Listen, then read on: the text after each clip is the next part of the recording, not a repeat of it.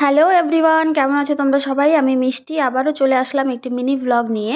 তো আজকে সরস্বতী পুজো। দেখো আমি অফিসে গেছিলাম, অফিস থেকে ফিরে এসে একটু তাড়াতাড়ি চলে এসেছিলাম। তো আসার পরে একটু ফোন দেখছিলাম, ফোন দেখার পরে ভাবলাম যে না, এখন কাজবাজগুলো সারি। তো দেখো সবার প্রথমে আমি চুলটাকে ভালো করে বেঁধে নিয়ে আমি কিচেনে চলে গেছিলাম। সকালবেলা কিছু খাবার বানিয়েছিলাম, তো সেই বাসনগুলোই ছিল, সেগুলো সব ধুয়ে নিচ্ছিলাম। তারপর দেখো আমি অনেকগুলো কাজ করছিলাম, যেগুলো আর কি সেরে রাখার চেষ্টা করছি, কারণ আমি যাব একটু বাইরে। কিছু কেনাকাটা আছে, কারণ আমরা রবিবার দিন বাড়িতে যাব, যার জন্য কিছু জিনিসের দরকার, সেগুলোই আনতে। তো ঝটপট করে বাসন ধুয়ে দেখো আমি এখন ঘরটা ঝাড় দিয়ে নিচ্ছিলাম, কারণ সন্ধ্যা লেগে গেছিলো, সন্ধ্যাও দিতে হবে।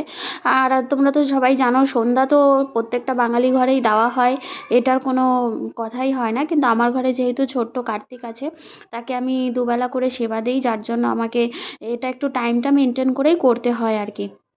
তো ঝটপট করে দেখো এখানে আমি ঘরটা ঝাড় দিয়ে মুখটা ধুয়ে নিচ্ছিলাম। মুখ টুখ ধুতে গিয়ে দেখি আমার ফেস ওয়াশটা শেষ হয়ে গেছিলো, তাই অন্য আরেকটা ফেস ওয়াশ নিয়ে আসলাম। সেখান থেকে আমি ঝটপট করে মুখটা ধুয়ে নিলাম।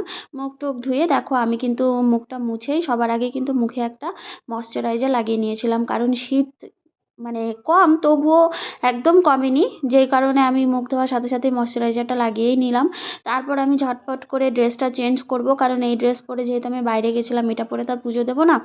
তো ঝটপট করে আমি ড্রেসটা চেঞ্জ করে তারপরে আমি ঠাকুর পুজো দেবো। তো তোমাদের আমার মিনি ব্লগগুলো কেমন লাগে একটু আমাকে জানাবে।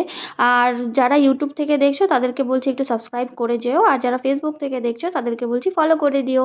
তো দেখো এটা হচ্ছে আমার ছোট্ট ঠাকুর পুজোর জায়গা। তো পুজো দেওয়া আমার হয়ে গেছে। এই দেখো আমার মহাদেব, তারপর এখানে মা লক্ষ্মী আছেন, গণেশ আছেন, এখানে মাকেও রেখেছি, তারা মাকে। আর এখানে রাধা কৃষ্ণ আছে। আর দাঁড়াও তোমাদের আমার ছোট্ট ছেলেকে দেখাই। এই দেখো আমার ছোট্ট কার্তিক, টাটা।